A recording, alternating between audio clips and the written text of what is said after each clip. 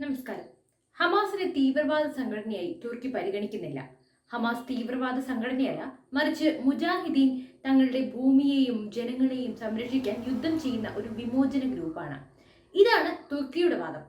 ഖത്തറിൽ നിന്നും ഹമാസിനെ പുറത്താക്കിയപ്പോൾ രണ്ട് കൈയും നീട്ടി സ്വീകരിക്കുകയാണ് തുർക്കി. ഹമാസിന്റെ മുതിർന്ന അംഗങ്ങൾ കഴിഞ്ഞയാഴ്ച ഖത്തറിൽ നിന്ന് തുർക്കിയിലേക്ക് പോയതായി അറബ് നയതന്ത്രജ്ഞനെ ഉദ്ധരിച്ചുകൊണ്ട് ടൈംസ് ഓഫ് ഇസ്രായേൽ റിപ്പോർട്ടും ചെയ്തിരിക്കുന്നു. ഗാസയിലെ യുദ്ധം അവസാനിപ്പിക്കാൻ മധ്യസ്ഥത വഹിക്കാനുള്ള ശ്രമങ്ങളിൽ നിന്ന് പിന്മാറുകയാണെന്ന് ദോഹ അറിയിച്ചതിന് പിന്നാലെയാണ് ഈ നടപടി. എന്താണ് ഹമാസിന് സംഭവിച്ചത്? ആകെയുള്ള പിടിവെള്ളിയും കൈവെടിയുമ്പോൾ തുർക്കി തുളയ്ക്കുമോ എന്ന് കണ്ടു തന്നെ അറിയണം. കഴിഞ്ഞ വർഷം ഒക്ടോബറിലാണ് ഹമാസ് ഇസ്രയേൽ യുദ്ധ പരമ്പരയിലെ ഏറ്റവും ഒടുവിലെ സംഭവങ്ങളുടെ തുടക്കം.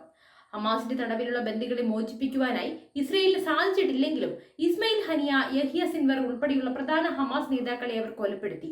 ലെബനനിലെ ഹിസ്ബുള്ളയുടെ തലവൻ ഹസൻ നസ്രള്ളയെ വധിച്ചതും സൈനികമായി ഇസ്രയേലിന് നേട്ടമായി. പലസ്തീനെതിരെ തുടങ്ങിയ ഇസ്രയേൽ ആക്രമണം നിലവിൽ കൂടുതൽ രാജ്യങ്ങളിലേക്ക് വ്യാപിച്ചിട്ടുമുണ്ട്. ഇറാഖ്, ഇറാൻ, യമൻ, ലെബനൻ തുടങ്ങിയ രാജ്യങ്ങൾക്ക് പുറമെ സിറിയയിലും ഇസ്രയേൽ സൈന്യം ആക്രമണം നടത്തുകയാണ്. ഗാസയിൽ മാത്രം 43,000 പലസ്തീൻകാരാണ് കൊല്ലപ്പെട്ടത്. നിരവധി ഇസ്രയേൽ സൈനികരും കൊല്ലപ്പെട്ടു. ഹമാസ് ബന്ദികളാക്കിയവരെ മോചിപ്പിക്കണമെന്ന് ആവശ്യപ്പെട്ട് ഇസ്രയേൽ പ്രതിഷേധം ശക്തവുമാണ്. യുദ്ധം അവസാനിപ്പിക്കാൻ മുന്നിട്ടിറങ്ങിയ രാജ്യങ്ങളാണ് ഖത്തറും ഈജിപ്തും. നിരന്തരമായ ചർച്ചകൾക്ക് ഫലം കാണാതെ വന്നതോടെ അമേരിക്കൻ സമ്മർദ്ദത്തെ തുടർന്ന് ഹമാസ് നേതാക്കളെ പുറത്താക്കാൻ ഖത്തർ തീരുമാനിച്ചു എന്ന പ്രചാരണവും ഉണ്ടായി. ഇത് നിഷേധിച്ച് ഖത്തർ തന്നെ രംഗത്ത് വന്നിരുന്നു. ഹമാസ് നേതാക്കൾ തുർക്കിയിലേക്ക് മാറുമെന്ന വാർത്തകൾ തുർക്കിയും ഇപ്പോൾ നിഷേധിച്ചിരിക്കുകയാണ്. നാറ്റോ സൈനിക സഖ്യത്തിലെ അംഗരാജ്യമാണ് തുർക്കി. ഹമാസുമായി അടുത്ത ബന്ധം പുലർത്തുന്ന ഇവർ ഇസ്രയേലിനെ ശക്തമായി വിമർശിക്കാറുമുണ്ട്.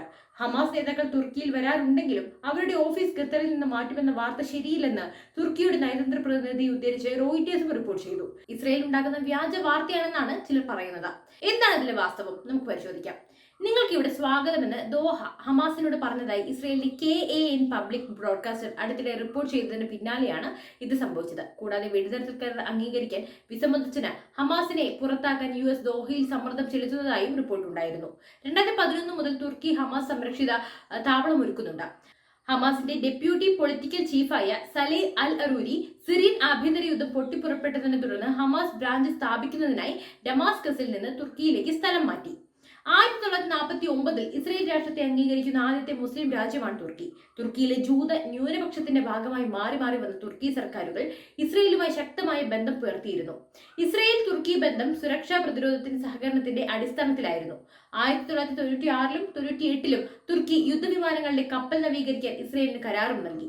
തുർക്കി ടാങ്കുകൾ നവീകരിക്കുന്നതിനായി 2002ൽ $700 മില്യൺ കരാറും അങ്കാറ ഇസ്രയേലിന് നൽകിയിരുന്നു. 2000ങ്ങളുടെ തുടക്കം വരെ ഇരു രാജ്യങ്ങളും ഒരുമിച്ച് സൈനിക അഭ്യാസങ്ങൾ നടത്തുകയും രഹസ്യാന്വേഷണ വിവരങ്ങൾ പരസ്പരം പങ്കുവയ്ക്കുകയും ചെയ്തു. എൽദോഗിന്റെ കീഴിൽ തുർക്കി ഇസ്രയേൽ ബന്ധം വഷളാവുകയായിരുന്നു. 2010 മുതൽ ഗാസ മുനമ്പിലെ ശാഖയിലേക്ക് പണമിടപാടുകൾ കൈമാറിയിട്ടുമുണ്ട്. ഭീകരവാദത്തിന് ഫണ്ട് നൽകാൻ ഹമാസ് ഈ പേയ്മെന്റുകൾ ഉപയോഗിക്കുന്നു. ഹമാസിന് പണം സ്വരൂപിക്കുന്ന മറ്റൊരു തുർക്കി NGOയെ നയിക്കുന്നത് ജിഹാൻ യാദൂർ ആണ്.